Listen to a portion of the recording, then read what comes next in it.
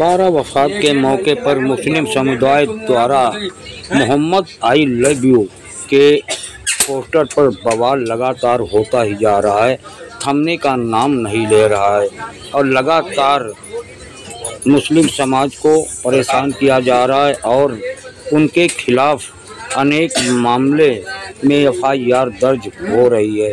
इसी को लेकर उत्तर प्रदेश कानपुर में सपा के 3 विधायक जो वो है विरोध अपना दर्ज कराया। देखिए मीडिया से बाइट करते हुए क्या बता रहे हैं। इसमें सपा के विधायक अमिताभ वाजपेयी तथा हसन रूमी और जो है नसीमा सोलंकी, जो आप आगे देखेंगे। दोस्तों, कानपुर से चीफ ब्यूरो रुस्तम खान की एक रिपोर्ट। चैनल को लाइक करें, शेयर करें, सब्सक्राइब जरूर करें। देखिए आगे। ये रावतपुर में एक मुकदमा लिखा गया 12 अफराद को लेकर, उसके 5 दिन बाद जो झूठे तथ्यों पर आधारित है, ऐसी भाषा लिखी गई जिस भाषा को लेकर लोगों में रोष फैला। कानपुर तो कम, कानपुर के बाहर के कई जिलों में, कई प्रदेशों में और कई देशों से ऐसी आवाजें आई जिसको लोगों ने पसंद नहीं किया। पुलिस खुद भी मान रही है कि वो भाषा जो लिखी गई तहरीर, वो भाषा ठीक नहीं है, उस भाषा पर मुकदमा नहीं हो सकता था। तो वो जिन जोशीले दरोगा जी ने एफआईआर कराई है, गलत भाषा का प्रयोग किया है, उन पर कार्रवाई होनी चाहिए। जिन लोगों के नाम गलत रूप से लिखे गए हैं, तो वो जब मुकदमा ही गलत है, भाषा ही गलत है, मंशा ही गलत है, तो ऐसे मुकदमे को क्रैश करना चाहिए। ये जो पेशे और उन्मादी लोग हैं, जो हर त्यौहार, चाहे वो रामनवमी हो, चाहे वो 12 अफराद हो, चाहे वो मुहर्रम हो, वो हर त्यौहार पे केवल उन्माद फैला के झगड़ा कराने की कोशिश करते हैं। ऐसे पेशेवर लोगों पर कार्रवाई होनी चाहिए और ऐसी झूठी मनगढ़ंत एफआईआर को क्रैश किया जाना चाहिए। ये सब मांग हम लोगों ने पुलिस कमिश्नर सामने रखी है। क्या आश्वासन दिया क्रैश करने? उन्होंने भी कई बातों को स्वीकार किया है। चूंकि वादी पुलिस है तो उसका लीगल पहलू क्या होगा, तरीका क्या होगा, ये तय करने का समय उन्होंने मांगा है। एफआईआर क्रैश किए जाने से वो भी सहमत दिखाई पड़े। आ रही है, इसी में आवाज है। आज आई लव मोहम्मद को लेकर के आप लोगों ने ज्ञापन दिया है, क्या मांग है? देखिए, पिछले दिनों सैयद नगर, रावतपुर के सैयद नगर इलाके के कुछ कट्टरपंथी लोगों ने शांतिपूर्ण जुलूस निकलने के दौरान जो आई लव मोहम्मद का विवाद खड़ा किया था, उसको क्षेत्रीय पुलिस ने वो बुलाकर एक दिन समझा दिया और मामला शांत हो गया। दूसरे दिन कोई कंफ्यूजन भरी इबारत से जो लैंग्वेज थी एफआईआर की, उस लैंग्वेज की जो भ्रांतियां उत्पन्न हुई, उसको लेकर पूरे देश और दुनिया में जो ये जुलूस और जो प्रोटेस्ट हो रहे हैं, जबकि एफआईआर में कमिश्नर साहब ने साफ कहा है कि इसमें किसी प्रकार का आई लव मोहम्मद के लिखने पर न कभी कोई मुकदमा लिखा है, न कभी कोई लिखा जा सकता है। हम लोगों ने कहा भी कि ये आई लव मोहम्मद दुनिया में भाईचारे और मोहब्बत का पैगाम देने वाला है और दुनिया के सभी लोग मोहम्मद साहब को मानते हैं। जो नहीं मानते हैं वो आदर करते हैं। तो मोहम्मद साहब के विषय को लेकर कभी किसी तरह की कोई भ्रांति थी ही नहीं। रावतपुर थाने के बजरंग दल के कुछ तथाकथित वहाँ के जो अपनी कट्टरपंथी स्टैब्लिश को साबित करने के लिए, स्टेबल करने के लिए, न्यूसेंस वैल्यू को क्रिएट करने के लिए इस तरह के लगातार उन लोग हर त्योहार में कोई ना कोई काम करते हैं। उनके एफआईआर उनके खिलाफ पहले से भी थाने में है और 2013 से और आज 2025 तक न जाने कितनी एफआईआर और तहरीर उनके खिलाफ है। हम लोग ने मांग की कि ऐसे लोगों को जो कानपुर के का शहर वातावरण को बर्बाद करने का, बदनाम करने का काम करते हैं, उनके खिलाफ भी कार्रवाई की जाए। तो आज और इस एफआईआर को क्रैश किया जाए, खत्म किया जाए, ताकि जो कंफ्यूजन वाली भ्रांति है ये आगे फ्लोट ना हो। पुलिस ने पहले ही कहा था कि आई लव मोहम्मद को लेकर के एफआईआर नहीं करेगी, उसको लेकर के एफआईआर करेगी, फिर भी लगातार प्रोटेस्ट हो रहे हैं। देखिए, पुलिस ने पहले भी कहा था और आज भी पुलिस ने कही है। आज 4 तारीख से और आज तक के 23 तारीख हो गई है, लगातार जो भ्रांति फैलाने वाली ताकतें हैं, चूंकि एफआईआर की जो आप वो पढ़ेंगे, इबारत पढ़ेंगे, उसमें पहले दिन का जिक्र किया, उसमें आई लव मोहम्मद का नाम उस पहले दिन की घटना को लेकर उसमें इंगित किया गया और उसी को आगे दूसरे दिन की घटना को जोड़ दिया गया। तो इस एफआईआर को जब कोई पढ़ता है तो ये समझता है कि भाई हर आदमी वकील नहीं, हर आदमी इतना समझदार नहीं है। आई लव मोहम्मद की पहले दिन की इबारत को लेकर, जो पहले दिन की तहरीर को लेकर जो क्षेत्रीय थाना पुलिस है, उनके या तो एक्स्ट्रा मतलब कुछ ज्यादा करने की चाहत उन्होंने नंबर बढ़ाने के लिए कुछ किया हो या उन्होंने कंफ्यूजन में किया हो, ये सारा उसी वजह से ये जड़ विवाद की जड़ बना है। तहरीर अगर दूसरे ही दिन की होती, केवल दूसरे ही दिन की घटना लिखी जाती तो निश्चित रूप में कोई बात नहीं होती। दूसरे दिन भी कोई घटना ही नहीं हुई, जो गाड़ी नंबर से ट्रेस किया गया, जिन एफआईआर में जिन लोग का नाम दिया गया उन लोग वहां पे थे नहीं, उनकी कोई मौजूदगी नहीं थी। हमने कहा जांच करा लीजिए, अगर उसमें कोई एविडेंस नहीं मिल रहा तो उसको समाप्त करिए और समाप्त करके इस विवाद का पटाक्षेप इसी वजह से पटाक्षेप जब ही होगा जब आप इसको समाप्त करेंगे। कमिश्नर साहब ने कहा मैं इसकी जांच, हाँ कमिश्नर साहब से हमने लिखित में मांग की है, उन्होंने कहा मैं इसकी जांच कराऊंगा गहनता से और इसमें जो सच्चाई होगी उस सच्चाई पर मैं काम करूंगा। ये मामला इतना ज्यादा खुद पकड़ गया है कि कानपुर के बाहर पूरे प्रोजेक्ट हो रहे हैं, तो आपको क्या लगता है कि इस मामले को लेकर के अपने लोगों को समझाएंगे? देखिए मैंने आपसे बताया कि मैं कानपुर मुस्लिम लीडर, मेरे पास दूसरे प्रदेशों से लगातार टेलीफोन आए, मैंने उनको ये बात जो आपसे बता रहा हूँ उनको मोटिवेट किया, उनसे बताया कि आइलम मोहम्मद पे कोई एफआईआर न थी और न कभी हो सकती है। तो उन लोगों ने, बहुत से लोगों ने समझा, लेकिन हर आदमी मेरे तक नहीं पहुंच सकता, हर आदमी किसी जिम्मेदार अधिकारी नेता के पास नहीं पहुंच सकता। वो तो एक से सुना, दूसरे ने आगे बढ़ाया, तीसरे ने बढ़ाया, तो एक तरीके से ये भेड़ चाल की वजह से ये काम हो रहा है। और जो हमारे प्रदेश और देश के लिए ये कानपुर से उठी हुई न्यूज है, ये इसलिए आज हम लोगों ने सोचा, कमिश्नर साहब से 2-3 दिन से टाइम मांग रहे थे तो बिजी थे वो, आज टाइम मिला कमिश्नर साहब से। इससे पहले जेसीपी साहब से मेरी बात हुई थी, डीसीपी साहब से बात हुई, डीसीपी साहब ने मुझसे कहा कि आइलम जो बात उन्होंने कही वही कमिश्नर साहब कह रहे हैं।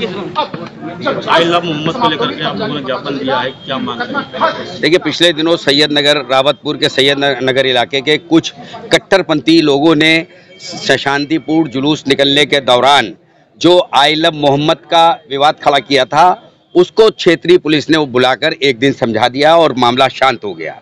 दूसरे दिन कोई कंफ्यूजन भरी इबारत से जो लैंग्वेज थी एफआईआर की, उस लैंग्वेज की जो भ्रांतियां उत्पन्न हुई उसको लेकर पूरे देश और दुनिया में जो ये जुलूस और जो प्रोटेस्ट हो रहे हैं, जबकि एफआईआर में कमिश्नर साहब ने साफ कहा है कि इसमें किसी प्रकार का आइलम मोहम्मद के लिखने पर न कभी कोई मुकदमा लिखा है, न कभी कोई लिखा जा सकता है। हम लोगों ने कहा भी कि ये आइलम मोहम्मद दुनिया में भाईचारे और मोहब्बत का पैगाम देने वाला है और दुनिया के सभी लोग मोहम्मद साहब को मानते हैं, जो नहीं मानते हैं वो आदर करते हैं। तो मोहम्मद साहब के विषय को लेकर कभी किसी तरह की कोई भ्रांति थी ही नहीं। रावतपुर थाने के बजरंग दल के कुछ तथाकथित वहाँ के जो अपनी कट्टरपंथी स्टैब्लिश को साबित करने के लिए, स्टेबल करने के लिए, न्यूसेंस वैल्यू को क्रिएट करने के लिए इस तरह के लगातार उन लोग हर त्योहार में कोई ना कोई काम करते हैं। उनके एफआईआर उनके खिलाफ पहले से भी थाने में है और 2013 से और आज 2025 तक न जाने कितनी एफआईआर और तहरीर उनके खिलाफ है। हम लोग ने मांग की कि ऐसे लोगों को जो कानपुर के का शहर वातावरण को बर्बाद करने का, बदनाम करने का काम करते हैं, उनके खिलाफ भी कार्रवाई की जाए। तो आज और इस एफआईआर को क्वैश किया जाए, खत्म किया जाए, ताकि ये जो कंफ्यूजन वाली भ्रांति है ये आगे फ्लोट ना हो। पुलिस ने पहले ही कहा था कि आई लव मोहम्मद को लेकर के एफआईआर नहीं करेगी, उसको लेकर के एफआईआर करेगी, फिर भी लगातार प्रोटेस्ट हो रहे हैं। देखिए पुलिस ने पहले भी कहा था और आज भी पुलिस ने कही है। आज 4 तारीख से और आज तक के 23 तारीख हो गई है, लगातार जो भ्रांति फैलाने वाली ताकतें हैं, चूंकि एफआईआर की जो आप वो पढ़ेंगे, इबारत पढ़ेंगे, उसमें पहले दिन का जिक्र किया, उसमें आइलम मोहम्मद का नाम उस पहले दिन की घटना को लेकर उसमें इंगित किया गया और उसी को आगे दूसरे दिन की घटना को जोड़ दिया गया। तो इस एफआईआर को जब कोई पढ़ता है तो ये समझता है कि भाई हर आदमी वकील नहीं, हर आदमी इतना समझदार नहीं है। आइलम मोहम्मद की पहले दिन की इबारत को लेकर, जो पहले दिन की तहरीर को लेकर जो क्षेत्रीय थाना पुलिस है, उनके या तो एक्स्ट्रा मतलब कुछ ज़्यादा करने की चाहत, उन्होंने नंबर बढ़ाने के लिए कुछ किया हो या उन्होंने कन्फ्यूज़न में किया हो, ये सारा उसी वजह से ये विवाद की जड़ बना है।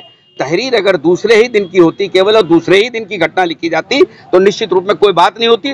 दूसरे दिन भी कोई घटना ही नहीं हुई, जो गाड़ी नंबर से ट्रेस किया गया, जिन एफआईआर में जिन लोग का नाम दिया गया उन लोग वहाँ पे थे नहीं, उनकी कोई मौजूदगी नहीं थी। हमने कहा जांच करा लीजिए, अगर उसमें कोई एविडेंस नहीं मिल रहा तो इसको समाप्त करिए और समाप्त करके इस विवाद का पटाक्षेप इसी वजह से, पटाक्षेप जब ही होगा जब आप इसको समाप्त करेंगे। क्या कहा है कि कमिश्नर साहब ने कहा मैं इसकी जांच, हाँ कमिश्नर साहब से हमने लिखित में मांग की है, उन्होंने कहा मैं इसकी जांच कराऊंगा गहनता से और इसमें जो सच्चाई होगी उस सच्चाई पर मैं काम करूंगा। ये मामला इतना ज्यादा खुद पकड़ गया है कि कानपुर के बाहर पूरे प्रोजेक्ट हो रहे हैं, तो आपको क्या लगता है कि इस मामले को को लेकर के अपने लोगों को समझाएंगे? देखिए मैंने आपसे बताया कि मैं being a Kanpur Muslim leader, मेरे पास दूसरे प्रदेशों से लगातार टेलीफोन आए। मैंने उनको ये बात जो आपसे बता रहा हूँ उनको मोटिवेट किया, उनसे बताया कि आइलम मोहम्मद पे कोई FIR न थी और न कभी हो सकती है। तो उन लोगों ने, बहुत से लोगों ने समझा, लेकिन हर आदमी मेरे तक नहीं पहुँच सकता, हर आदमी किसी जिम्मेदार अधिकारी नेता के पास नहीं पहुँच सकता। वो तो एक से सुना, दूसरे ने आगे बढ़ाया, तीसरे ने बढ़ाया, तो एक तरीके से ये भेड़ चाल की वजह से ये काम हो रहा है।